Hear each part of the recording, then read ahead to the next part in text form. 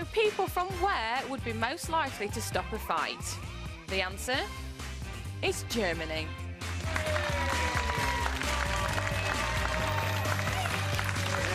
Yes, the Germans.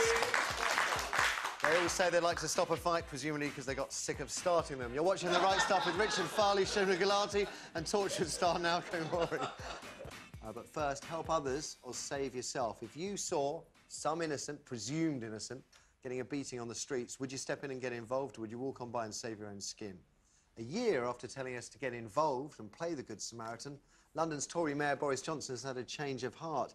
He says it's now too dangerous to get involved, and if he was giving advice to his kids, it would be to walk on by. Is he right? According to the British Crime Survey, violent crime is no worse today than it was in the early 80s, but fear of crime has dramatically increased, probably because we see it in the papers every single day.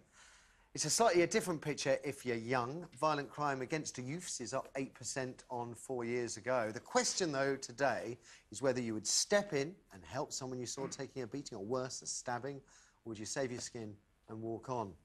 And I bet most of us would think twice, but if everyone turned away to save their hide, where would we be then? I'll tell you, we'll be hiding in our homes for fear of being assaulted. The thugs will have won.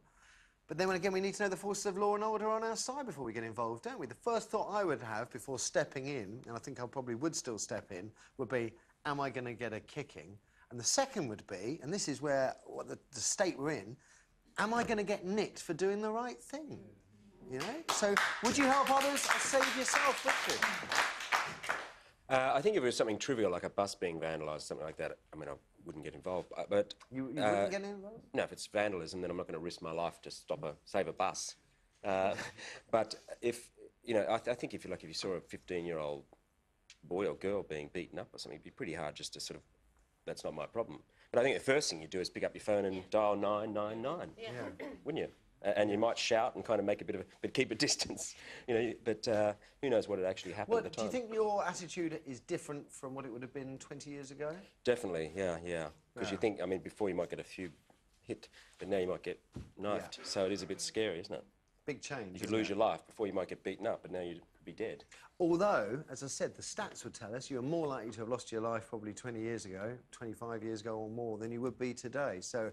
Yeah, but we weren't reading about it the way, you know, now it's kind of so prevalent, isn't it? And it's young kids, as you say, getting for no reason. That's the scary thing. Before, when kids in my generation had nasty fights, there was normally a reason. But now there seems to be a lot of, you know, senseless violent crime. Yeah. Shobna? Well, the first thing I'd do is try and call for help. If I could take the person or out of the situation, I'd have a go. But the thing is... You'd have a go? Yeah, I'd have a go, but the thing is... What about vandalism? Would you have a go on vandalism? No, not particularly, or no. God, that's the one that I would most likely to have a go on, actually. That would be the one where I think, well, they've only got a can of spray paint. What could possibly go wrong?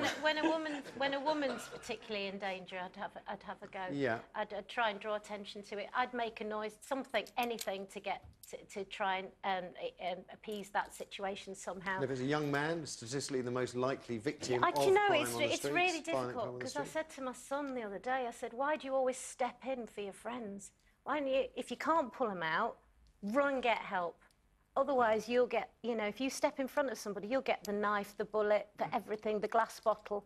And I tell him that, and I know for a fact that that could happen. So I keep telling him that, though, when I think, yeah, if you stand in the way, you will get it first. But if we all run away, they will win. That is what will happen. If you can take the person out of the situation safely, then try your hardest to do that, if you can see a way. OK. Now, Ko, would you... I've actually been, not attacked per se, but someone came up to me and sort of started grappling with me, and I was actually on the tube platform, and there were like 3 or 4 guys in suits down the platform. And, you know, I'm trying to sort of tussle away from this guy, and I looked to them for help, and they just turned away. So that incident made me think, you know what, I'm going to get in there and help people, because you have to. Of course, it is kind of scary and dangerous, you know, you can be knifed and all that, but I think it's always worth having a go. Even though you've seen all these terrible stories, and you think about most of the victims of knife crime over the last couple of months, have been young men going to the rescue of other young men. They have been the Good Samaritans that have ended up with a knife in the belly. Yeah, I know. It's a tough one, isn't it, really? But your instinct would still be to help. Yeah, Good for you. Yeah. Good for you. Good for you. Let's throw it open to you guys. Would you walk on by or get involved if you saw something horrible on the streets, Amy? Okay, let's go to a lady who was assaulted in January. It's Janet on line 1.